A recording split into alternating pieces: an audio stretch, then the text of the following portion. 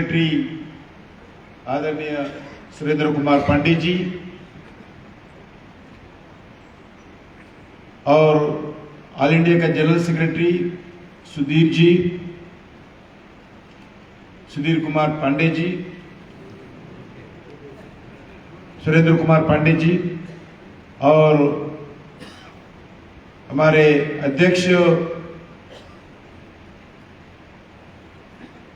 टिकेश्वर सिंह जी, कोयला मंत्री भारत सरकार और श्रीमान जनरल सेक्रेटरी किशन रेड्डी जी, सुधीर जी अखिल भारतीय खदान और मजदूर सभी संघ के 19वें इस हमारे अधिवेशन में महासंघ के अपना संबोधन देते हुए पदाधिकारीगण, कार्यकारीगण और लगभग कोल बेरिंग एरिया से आए हुए सभी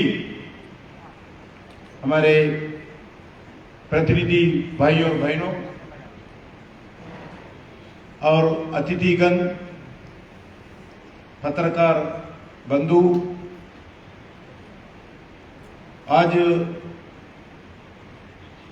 इस कॉन्फ्रेंस में आपके बीच में उपस्थित होने का जो मौका दिया गया, मैं सभी पदाधिकारियों को हृदय से मैं धन्यवाद देना चाहता हूं। आज से इस कॉन्फ्रेंस में जो संसद के कारण आज भी है, आखिरी दिन है, इस बजट सेशन का फर्स्ट फेज का आखिरी दिन है, क्योंकि प्रधानमंत्री विदेश गए इसलिए मेरे भी छुट्टी लेके आए हैं, नहीं तो हटने नहीं देते, हिलने नहीं देते, इसलिए मैं आपके बीच में आया हूं। मेरे लिए खुशी की बात है, कोल सेक्टर में भी एक नेशनलिस्ट आइडिया से मजदूर संघ को स्थापित करना, वो भी लगभग 1970 दशक में इसके बारे में सोचना, ये महत्वपूर्ण बड़ा कदम है। लेकिन स्वर्गीय टीसी जुंडे जी, अभी मैं उनको श्रद्धांजलि अर्पित किया हूं, उनके दूरदर्शी नेतृत्व के कारण 1970 में स्थापित हुआ हमारा ABKMS ने कोल सेक्टर में काम करने वाले कर्मचारियों को हित के लिए मजबूत काम करने के लिए भारतीय मजदूर संघ जिम्मेदारी से काम किया 1977 से आज तक। ये बहुत बड़ा जर्नी है। आज इसी लेवल पे आज इधर उसी जर्नी के अंदर हम इधर बैठे हैं। आज 31 एफिलिएटेड यूनियंस के साथ ये पूरे भारत के कोल माइनर्स के लिए एकता और प्रगति और प्रतीक भारतीय मजदूर संघ बन चुके हैं। इसी तरह आदरणीय प्रधानमंत्री नरेंद्र मोदी जी के नेतृत्व में एक गतिशील नेतृत्व के अंदर जो विकसित भारत का कल्पना है, विकसित भारत का लक्ष्य और हमें आगे बढ़ना है। 140 करोड़ जनता देश के सभी मिलकर देश को एक डेवलप्ड कंट्री की ओर ले जाना चाहिए। सभी लोग बीच बीच में बात करते हैं विकसित भारत, प्रधानमंत्री क्यों करते हैं बार बार। जो अपने को 1947 में आजाद मिला, 76 साल हो गए, हमारे बाद भी जो आजाद हुआ है उस कंट्रीज में एक डेवलप्ड कंट्री के साथ वो लोग चले गए। Still we are developing country. हमारे को जितने भी देश को चलाया, हमारा लक्ष्य कभी नहीं लगाया। अब कभी डेवलप्ड कंट्री होगा, बेरोजगारी समस्या कबाल होगा और गरीबी कब दूर करेंगे, इंफ्रास्ट्रक्चर कब करेंगे, दुनिया के साथ कभी आप बराबर सिर उठाकर हम पूरे गरीबी दूर करके, भ्रष्टाचार दूर करके, इंफ्रास्ट्रक्चर के साथ भारत भी अभी खड़ा हो गया। ऐसी डेवलप्ड कंट्री के साथ बैठकर कभी बोलने वाला है, कोई लक्ष्य अभी तक नहीं लगाया। इसलिए प्रधानमंत्री जी बोले हम 2047 जब भारत 100 साल का जो आजाद का शता उत्सव हम करेंगे, 100 ईयर सेलिब्रेशन करेंगे 2047 में। जब तक हम डेवलप्ड कंट्री बनकर रहना चाहिए, दुनिया के जो डेवलप्ड कंट्रीज के साथ हम बैठना चाहिए। अभी भी हम बोलते हैं, हम जिधर भी मीटिंग्स में गए आगे हमारे दूसरा श्रेणी में बिठाते हैं अपने देश को। ये डेवलप्ड कंट्री है, एक ऊपर श्रेणी में है, अब डेवलपिंग कंट्री है दूसरा श्रेणी में। अभी भारत को हम दूसरा श्रेणी के अगर देखते हैं, इसलिए हम तय किए, भारत तय किया है, 140 करोड़ जनता तय की है, ये सही समय है, ये अमृत काल है हमारे लिए। क्यों अमृत काल है? दुनिया में आज यूथ पॉपुलेशन में भारत नंबर 1 है, भारत नंबर 1 है। आने वाले 25 साल में भी भारत ऐसी ही यूथ पॉपुलेशन में, युवा शक्ति के अंदर, युवा जो देश के विकास में जोड़ने के लिए ये अमृत काल है, ये सही समय है। सभी देश के कोने कोने में रहने वाले 140 करोड़, वो किसान हो, जो मजदूर हो, कर्मचारी हो, ऑफिसर हो, एम्प्लॉय हो, उद्योगपति हो, उद्योग भी हो, टीचर हो, लेक्चरर हो, इंजीनियर हो, सभी लोगों में मन में होना चाहिए 2047 तक मेरा देश विकसित भारत होगा। विकसित भारत में मैं ये काम करूंगा, मेरा परिवार ये काम करेंगे।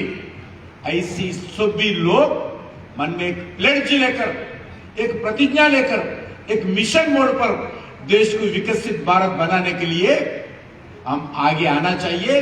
ये प्रधानमंत्री जी का इच्छा है। वो प्रधानमंत्री बोले 2047 में रेड फोर्ट के ऊपर कौन सा व्यक्ति प्रधानमंत्री का जिम्मेदारी संभालते हुए तिरंगा लहराएगा, वो इश्यू नहीं है। कौन सा पार्टी सत्ता में रहेगा, वो इश्यू नहीं है। 2047 में मेरा देश दुनिया के साथ विकसित भारत की श्रेणी में रहेगा नहीं रहेगा, यही मेरा लिए राजनीति से उठकर सोचना चाहिए। इसीलिए आज भारत का बहुत बड़ा विकसित भारत में जो चैलेंज है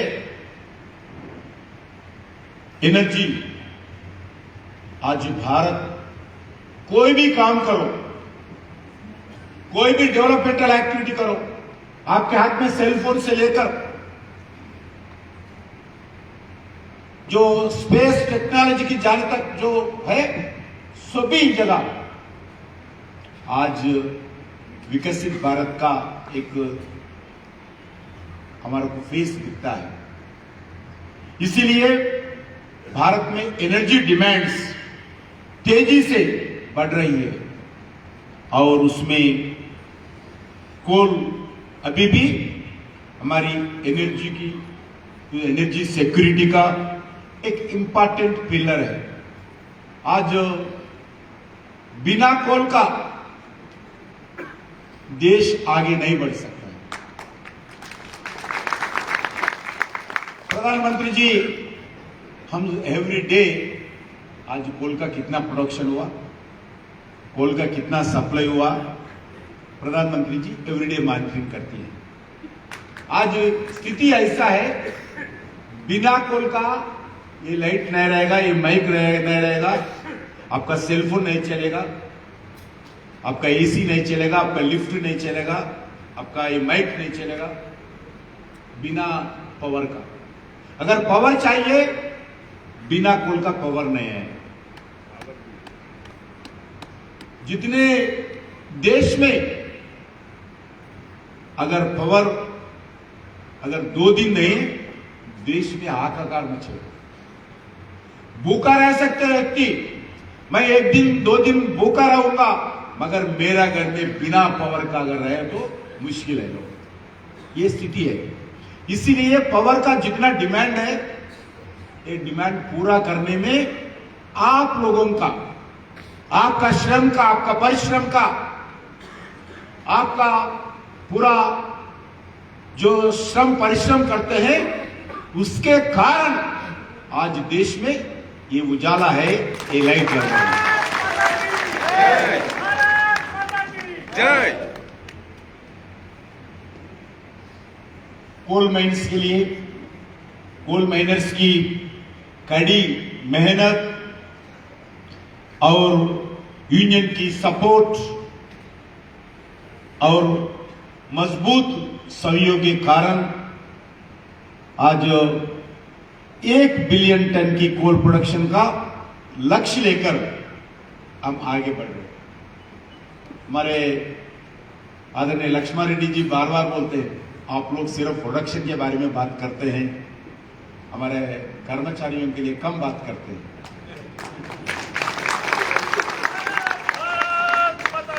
हमको देश को भी चलाना, साथ साथ हमारा कर्मचारी का वेलफेयर भी देखना हमारी जिम्मेदारी है। क्योंकि जो विकसित भारत बनाने में जो आज देश को विकसित करना है, इसमें अभी आने वाले 50 साल तक मिनिमम जो कोल के ऊपर डिपेंडेंट, अभी आज 2 बिलियन की कोल प्रोडक्शन के लक्ष्य से हम आगे बढ़ रहे हैं। कोल इंडिया सब्सिडरीज है, भारत की एनर्जी सिक्योरिटी सुनिश्चित करने में इंपॉर्टेंट रोल प्ले करते हैं। और भारत सरकार हमेशा हमारे कोल कल्याण के लिए समर्पित होकर काम करना चाहिए। आदरणीय प्रधानमंत्री जी, जब मैं जिम्मेदारी लेने के बाद प्रधानमंत्री जी का जो कौन सा रास्ते पे आगे बढ़ना चाहिए, मैं जाके मिला हूं। 3 विषय 4 विषय बताए। एक, बढ़ते हुए डिमांड के लिए बिना बिजली का, बिना पावर का देश कुछ भी नहीं कर सकते हैं। अगर बिजली के लिए कोल भी जरूरी है, इसका एक पूरा एक्शन प्लान होना चाहिए। अभी को बताए, कोई साइक्लोन आया, कोई नेचुरल कैलमिटी आया, उस समय अगर प्रोडक्शन रोक गए तो पूरा बिजली का शॉर्टेज होगा। इसलिए प्रॉपर कोल का जो स्टोरेज है वो रखना चाहिए, कोल कंपनी के पास हो, और नहीं तो कोल पावर जनरेशन कंपनी के पास हो। ठीक तरीके से कोल का स्टोरेज रखना चाहिए, ये उनका आदेश था। दूसरा, जो किसान हम जमीन लेते हैं, उनका भी वेलफेयर देखना चाहिए। क्योंकि आज मेरे पास बार बार हमारे वर्कर्स आते हैं ट्रांसफर्स के लिए। एक व्यक्ति को एक जगह से दूसरा जगह ट्रांसफर करके जॉब करने के लिए भी कितना हमारे को तकलीफ होता है। मगर जो किसान 100 साल से, 200 साल से, 300 साल से उस जल, जमीन, जंगल, हमारे उस एरिया में रहते हैं, उसको छोड़ने के लिए जाना पड़ता है। हमारा कोल माइंस की जगह छोड़ के चले जाते हैं किसान। इसलिए उनका भी देखभाल करना चाहिए, क्योंकि वो हमारे लिए पूरे रीबर्थ ले रहे। जो जमीन छोड़कर रीबर्थ होकर दूसरा जगह जा रहे हैं। ये जमीन के अंदर जो कोल है वो देश को दे रहे हैं, वो गरीब, वो किसान। इसीलिए उनका बारे में भी अब ठीक तरीके से सोचना चाहिए। दूसरा होता है। और दूसरा, कोल वर्कर्स का सेफ्टी, सिक्योरिटी, वेलफेयर कभी कॉम्प्रोमाइज नहीं होना। एक दिन इधर उधर होगा, मगर उनका बारे में भी सोचना चाहिए। इसलिए जो माइन वर्कर्स के वेलफेयर के लिए कई कदम भारत सरकार ले रही है। आज एम्प्लॉयज माइनर्स के साथ साथ कॉन्ट्रैक्ट वर्कर्स और आउटसोर्सिंग वर्कर्स विषय पर भी हम सब मिलकर प्रतिबद्धता के साथ काम करना चाहिए। कोल सेक्टर में जो वर्कफोर्स का जो कंट्रीब्यूशन है उसमें ध्यान रखते हुए आज लास्ट ईयर भी कोल वर्कर्स वेलफेयर के लिए भी भारत सरकार कदम उठाया। और पिछले 10 सालों में हम जो सेफ्टी सिक्योरिटी में बहुत सुधार हुआ है। पहले जितने अनवांटेड इंसिडेंट्स होता था, आज अपने कोल इंडिया के हो, कोल इंडिया का सब्सिडरी ऑर्गेनाइजेशन हो, PSUs हो, बिल्कुल 80% 90% अनवांटेड इंसिडेंट्स जो आज कोल सेक्टर में कम हुआ है। और इसके साथ साथ safety, world class safety practices शुरू किया है। उसमें टेक्नोलॉजी यूज करते हुए वर्कर सेफ्टी के बारे में, माइनिंग सेफ्टी के बारे में अलग अलग मेजर्स लेना चाहिए। और जितना माइन सेफ्टी ऑडिट भी ठीक तरीके से हो, उसमें भी आने वाले दिन में और ज्यादा ध्यान देने के लिए हम निर्णय किया है। हम latest technology, sustainable development practices और IT टूल्स को अपना रहे, ताकि हमारे माइनिंग ऑपरेशन में safe and efficient and eco friendly बनाते रहे। कोल वर्कर्स की आपको मालूम है, अभी मैं आने के बाद प्रधानमंत्री से मिला हूं। जो कोल वर्कर्स का इंश्योरेंस के बारे में अभी आप लोगों का जितने भी कोल परिवार है, कोल वर्कर्स है, सभी लोगों का इंश्योरेंस ठीक तरीके से हो। अभी मिनिस्ट्री ने जिम्मेदारी लेकर सभी लोगों का हम किया है। प्रधानमंत्री बोले ये घोषणा मत करो, पूरा PSS मेरे ऊपर आएगा, पूरा सभी जगह करना पड़ेगा। मगर हमारा अलग है, हम जान अकेले में रहकर हमारा अंडरग्राउंड में नहीं था।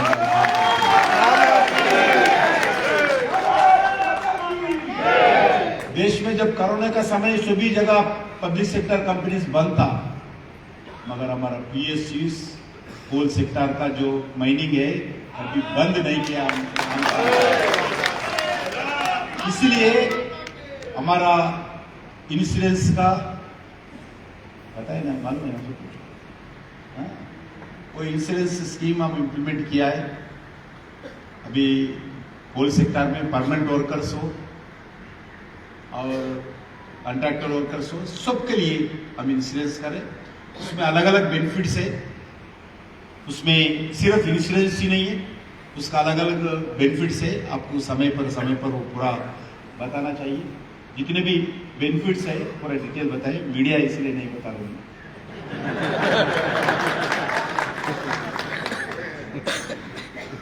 उसमें परिवारों के लिए, एजुकेशन के लिए, क्रेडिट कार्ड के लिए, अलग अलग कोल वर्कर्स का सभी लोगों को हम इसमें थोड़ा अच्छे एक पैकेज लेकर बैंक से बात करके, फाइनेंस मिनिस्टर से बात करके सभी वर्कर्स को पहली बार, कोई PSU में आज तक नहीं, कोई PSU में नहीं, गवर्नमेंट सेक्टर में भी कोई आईएएस ऑफिसर को भी उतना इंश्योरेंस नहीं है। अपने कोल सेक्टर में कोल परिवारों के लिए हम इंश्योरेंस लाएंगे। इसलिए जो बॉर्डर में काम करते हैं हमारा सेना, जो कोल सेक्टर में काम करने वाले हमारे परिवार बराबर देश के हित के लिए काम करने वाले हैं। भारत माता की जय! भारत माता की जय! एम्प्लॉइज के हेल्थ केयर और एजुकेशन पर भी थोड़ा ध्यान देने के लिए निर्णय किया है। एम्प्लॉइज और वर्कर्स हेल्थ पर भी हम आज काम कर रहे हैं। क्वालिटी हेल्थ केयर सुनिश्चित करने के लिए एम्पायर्ड हॉस्पिटल्स और डायग्नोस्टिक सेंटर्स का भी लिस्ट बढ़ाई है। जब भी हमारे यूनियन लीडर्स का आदेश होता है, डिमांड होता है, जो भी हॉस्पिटल इस पैनल में जोड़ना चाहिए, हम लगातार कंटिन्यू करते हुए इस एम्पायर्ड हॉस्पिटल्स का भी हम जोड़ने के लिए प्रयास कर रहे हैं। वैसे ही और रिटायर्ड एम्प्लॉयज और उनके परिवार के लिए भी मेडिकल स्कीम लाए हैं और कॉन्ट्रैक्चुअल वर्कर्स भी सभी उनको भी मेडिकल फैसिलिटीज देने के लिए आदेश मिला है। पिछले महीने में भी मैं रांची में गया हूं। 200 करोड़ से 200 बेड्स का एक हॉस्पिटल का शिलान्यास किया हूं आप लोगों के लिए। हम मेडिकल सुरक्षा के लिए इसी दिशा में ऐसी अलग अलग निर्णय ले रहे। उसके साथ साथ जो कोल में काम करने वाले जो परिवार रहते हैं, कोई भी कॉम्पिटिटिव एग्जाम्स जाते हैं, उनके लिए भी हम कोचिंग का पूरा व्यवस्था हमारे कंपनीज के तरफ से हो, वो भी प्लान किए हैं। जो आईएएस आईपीएस पढ़ना चाहते हैं आपके बच्चे, उनके जितने भी पढ़ने को तैयार है, सभी लोगों का जो कोचिंग फीस के लिए हम कोल कंपनीज देने के लिए निर्णय किया है।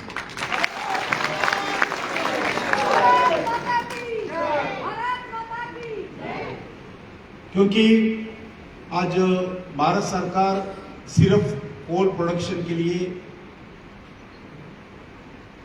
नहीं देख रहे, कोल प्रोडक्शन के साथ साथ माइन के सेफ्टी, उनके साथ साथ एनवायरमेंटल प्रोटेक्शन में भी हमारा जिम्मेदारी है। इस दिशा में हम कई कदम उठा रहे हैं। कोल इंडिया हो, सिंगरेली हो, नई वैली हो, अफॉरेस्टेशन कार्यक्रम पर भी हम जोर दे रहे हैं ताकि इसके द्वारा कोल माइनिंग एरिया में अच्छी एयर क्वालिटी इंप्रूव हो सके। इसके साथ साथ हम अलग अलग green zones, eco park development का प्लान किया है। अभी मई आने के बाद 142 जो डीकोल माइनिंग से उसके माइन क्लोजर एक्टिविटी का एक्शन प्लान कर रहे हैं। 3 साल के अंदर जितने भी जो माइनिंग हुआ है, छोड़ दिया है, उसमें 140 माइन्स को क्लोज करके उसमें ग्रेनरी डेवलप करना, इको पार्क्स डेवलप करना और सोलर पैनल लगाना और उसके साथ साथ एग्रीकल्चर के लिए और फॉरेस्ट के द्वारा लोकल कम्युनिटी को लाभ मिले, ऐसा हम लगभग 8,000 करोड़ खर्च करके जितने भी उस माइनिंग्स को पूरे नाम्स के साथ माइन क्लोजर एक्टिविटी करने के लिए भारत सरकार आदरणीय प्रधानमंत्री जी का आदेश था। उसका टारगेट 3 साल के अंदर पूरा माइन्स क्लोज करके एनवायरमेंटल का एक वातावरण इंप्रूव करने के लिए हम प्रयास कर रहे हैं। उसके साथ साथ मैं पहले ही बता चुका हूं, कोल इंडस्ट्री भारत के विकास के लिए एक इम्पॉर्टेंट पिलर है। कोल के आधार पर हमारे प्रयास जो है, जो सिर्फ बिजली के नहीं, आज स्टील तैयार करने में भी बिना कोल का स्टील डेवलपमेंट नहीं हो सकता है, और फर्टिलाइजर में भी, मैन्युफैक्चरिंग यूनिट्स में भी, हर जगह कोल का इंपॉर्टेंट है। इसलिए आज देश प्रगति में कोल सेक्टर का एक क्रिटिकल पिलर है। भारत दुनिया की कोल प्रोडक्शन में, नंबर 2 पे है आज। भारत कोल रिजर्व्स में हम 5वां स्थान पर है।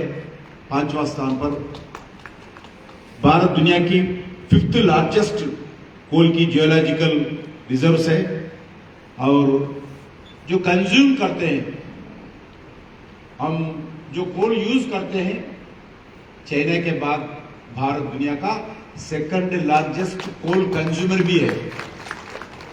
आप लोगों के कारण हम चाइना को बाजू रखो। चाइना का सिस्टम अलग है, चाइना का यूनियंस अलग है, चाइना का पॉलिटिकल नीति नहीं है, मीडिया नहीं है, राइट्स नहीं है, जो वर्कर्स का अधिकार कोई पूछने वाले नहीं रहते।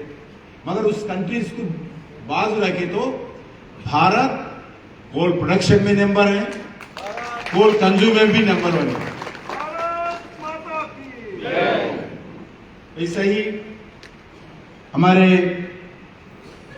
जो पीएससी है कोल इंडिया, हम 85 वर्ष गोल्डन जुबली सेलिब्रेशन मना रहे हैं।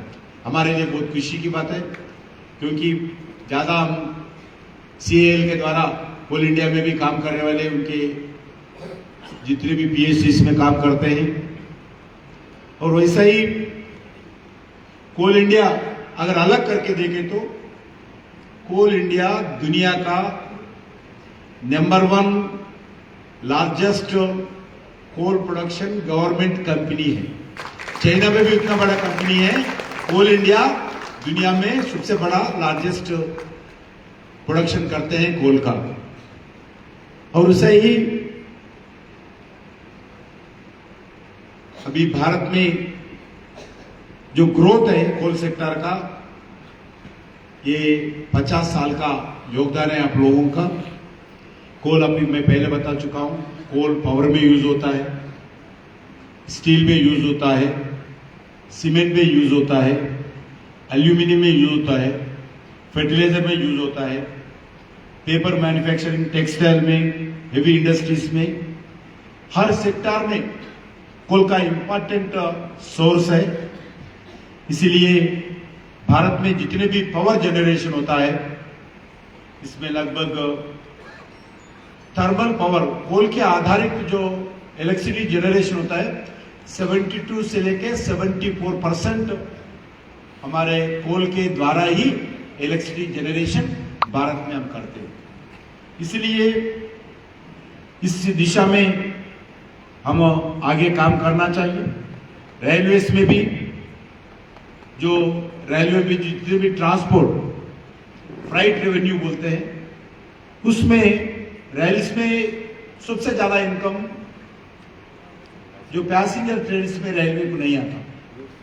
रेलवे को ज्यादा इनकम फ्राइट रेवेन्यू में आता है, ट्रांसपोर्ट में, गुड्स में। उसमें 50% हमारा कोल का है। रेलवे का जितने भी इनकम है 50% हमारा कोल का है। इसलिए आपका रेस्पॉन्सिबिलिटी, आपका मेहनत, आपका श्रम परिश्रम देश को जितना इंपॉर्टेंट है बताने के लिए मैं बता रहा हूं। और जो भी इश्यूज है, लगातार हम यूनियन के साथ बातचीत करते रहते हैं। समय समय पर इस यूनियन के साथ मिलकर आपका समस्या हल करने में, भारत को एक शक्तिशाली बनाने में हम पूरा प्रयास करेंगे। जो डिफरेंट इश्यूज है, जो प्रोविडेंट फंड का इश्यू है, इसमें बिल्कुल हम पूरा इंक्वायरी करा रहे, उसका समस्या भी हल करेंगे। आपके लिए कोई चिंता नहीं है, जितने भी आपका हक मिलना चाहिए वो आपको मिलेगा। अभी इस सेक्टर में एक्सप्लोरेशन बढ़ाने वाले हैं। एक्सप्लोरेशन के साथ साथ प्रोडक्शन पे भी ध्यान देना चाहिए। प्रोडक्शन 75 इयर्स के बाद अभी भी हम कुकिंग कोल का इंपोर्ट करते हैं, इसीलिए स्लोली कुकिंग कोल भी बढ़ाने के लिए प्रयास करें और प्रोडक्शन भी बढ़ाने का प्रयास करें। कोल गैसिफिकेशन का भी, अंडरग्राउंड गैसिफिकेशन हो, अदर गैसिफिकेशन हो, उसके टेक्नोलॉजी भी लाने के लिए प्रधानमंत्री के नेतृत्व में एक मीटिंग हुआ है। दुनिया में भी किधर भी हो टेक्नोलॉजी कोल गैसिफिकेशन का, वो टेक्नोलॉजी लाके हम प्लान करने वाले हैं। कोल वाशरीज भी बढ़ाना चाहिए। जितने भी कोल प्रोडक्शन करते हैं इसका वैल्यू एडेड होना चाहिए, इसके लिए भी कोल वाशरिंग बढ़ाने के लिए प्रयास करना चाहिए। वैसा ही माइन क्लोजर एक्टिविटी, जब ये भी बताया, माइन क्लोजर एक्टिविटी में भी इतने साल हम ध्यान नहीं दिया है, सिर्फ कोल लेते रहे, मगर उस धरती को पूरा आने वाले पीढ़ी के लिए इस धरती जरूरी है। बर्ड्स हो, एनिमल्स हो, इसके लिए भी धरती को बचाना है, इसीलिए भी उसके लिए भी हम एक्शन प्लान बनाए। 3 साल के अंदर जितने भी डिकोलमेंट्स है उससे माइन क्लोजर एक्टिविटी पूरा करेंगे। एम्प्लॉयमेंट भी, अभी कल ही मीटिंग किया हूं मैं, अंडरग्राउंड माइनिंग भी बढ़ाने के लिए प्रयास कर रहे हैं, क्योंकि अंडरग्राउंड में स्किल वर्कर्स का जरूरत पड़ती है। अंडरग्राउंड माइनिंग में एक हमारा तेलंगाना से आता हूँ, सिंगरेली में एक बड़ा डिमांड है इस एरिया का जनता का, अंडरग्राउंड माइनिंग बढ़ाओ। देश में भी अंडरग्राउंड माइनिंग बढ़ाने के प्रधानमंत्री जी का बहुत इच्छा है। अभी भी बोलते हैं अंडरग्राउंड माइनिंग बढ़ाना चाहिए, एनवायरमेंट बचाना चाहिए, और इस दृष्टिकोण से एम्प्लॉयमेंट ज़्यादा होता है अंडरग्राउंड माइन में, अश्योर्ड एम्प्लॉयमेंट मिलता है, परमानेंट एम्प्लॉयड मिलता है। इसलिए अंडरग्राउंड माइनिंग के लिए भी आने वाले दिन में कल भी एक मीटिंग हुआ, उसमें कोई इनिशिएटिव्स अंडरग्राउंड माइनिंग जो भी करते हैं, ऑक्शन में भी हो, PSUs में हो, उनके रॉयल्टीज में, प्रीमियम में, DMF में भी उनको इनिशिएटिव देने के लिए हम चर्चा कर रहे हैं, वो भी आने वाले दिन में करेंगे। उसके साथ साथ आर्टिफिशियल इंटेलिजेंस हो और GSS का पूरे उपयोग करके एक्सप्लोरेशन करने में भी हो, और सेफ्टी सिक्योरिटी में भी आर्टिफिशियल इंटेलिजेंस यूज करके वर्कर्स का जो सेफ्टी सिक्योरिटी पे ध्यान देना, वेलफेयर देना, और जो भी हेल्थ फैसिलिटीज हो ये भी ध्यान देकर आने वाले दिन में सभी हॉस्पिटल्स हमारा टीम्स रेगुलर मॉनिटरिंग करना, जो डॉक्टर्स का रिक्रूटमेंट है, जो भी बचे हैं, क्योंकि अच्छे डॉक्टर्स मिलना मुश्किल है आजकल, इसलिए वो भी ध्यान देकर उनको सैलरी बढ़ाकर अच्छे डॉक्टर्स को कोल बेरिंग एरियाज में हॉस्पिटल से उसमें रखना, ऐसे अलग अलग हम चर्चा करें। लगभग ये काम लगातार चलने का कार्यक्रम है। मैं आप लोगों को एक ही वादा करता हूँ, जरूर जैसा इंश्योरेंस का जो किया है, जो हेल्थ सेक्टर में जो किया है, आने वाले दिन में हर विषय पर मैं कुछ हमारा कंपनीज को बोले में काम करते हैं, यूनिफॉर्म नहीं रहते, सभी लोगों को यूनिफॉर्म ही रखना, क्योंकि आज कॉन्ट्रैक्चुअल वर्कर एक बार माइन के अंदर गए, उनका वॉशिंग के लिए लगभग 150-200 खर्च होता है एक दिन का। अगर कपड़ा लेके अंदर गए फिर बाहर आने के बाद वॉशिंग करने के लिए इतना खर्च होता है, इसलिए इसका वॉशिंग का व्यवस्था, उसके साथ साथ जो यूनिफॉर्म देना कोल वर्कर्स का, इसका भी मेरा इच्छा है। मैं आने वाले दिन में ऐसी अलग अलग इश्यूज पर जरूर थोड़ा भारत सरकार के द्वारा प्रयास करेंगे, क्योंकि भारतीय मजदूर संघ देश के लिए 2 तरह काम करती है, एक वेलफेयर एक्टिविटी, सेफ्टी सिक्योरिटी, दूसरा देश का प्रगति। जैसा एक व्यक्ति को 2 अंक है, भारतीय मजदूर संघ का भी एक वर्कर के लिए 1 अंक है, देश के लिए 1 अंक है। इस 2 विषय में कॉम्प्रोमाइज कभी नहीं होता है। हमारे से भी लड़ते रहते हैं, हमारे से भी भारतीय मजदूर संघ लगातार लड़ते रहते हैं वर्कर्स का वेलफेयर के विषय में। लड़ना भी चाहिए, कोई संस्था है, कोई राजनीति की संबंध नहीं है, वो लड़ना भी चाहिए। वो वर्कर्स का वेलफेयर के लिए लगातार लड़ते रहना चाहिए। कभी ना कभी लड़ना चाहिए इसलिए वैसे ही कभी देश का इश्यू है, हम बार बार बोलते हैं हम नेशन फर्स्ट ऑर्गेनाइजेशन, हमारे लिए व्यक्ति प्रमुख नहीं है, हमारे लिए संस्था प्रमुख नहीं है, हमारे लिए देश प्रमुख है, नंबर 1 देश है। देश नहीं रहे तो, देश का गौरव नहीं रहे तो हमारा संस्था नहीं रहेगा, मैं भी नहीं रहेगा। इसलिए हमारा देश के लिए हम पहला प्रथम हमारा कमिटमेंट के साथ हम काम करते हैं। इसलिए भारतीय मजदूर संघ देश का प्रगति भी देखते हैं और देश के प्रगति के लिए काम करने वाले मजदूर के लिए भी काम करते हैं। ऐसी भारतीय मजदूर संघ के लिए भी मैं सभी फिर एक बार पदाधिकारियों को, आप लोगों को मैं हृदय से मैं इस कार्यक्रम में आप लोगों के साथ बातचीत करने के लिए जो इन्विटेशन दिया है, इसके लिए भी मैं धन्यवाद देते हुए मैं मेरा वाणी को विराम लेता हूं। भारत माता को जय, भारत माता को जय, जिंदाबाद भारतीय मजदूर संघ, जिंदाबाद, जिंदाबाद भारतीय मजदूर संघ, जिंदाबाद।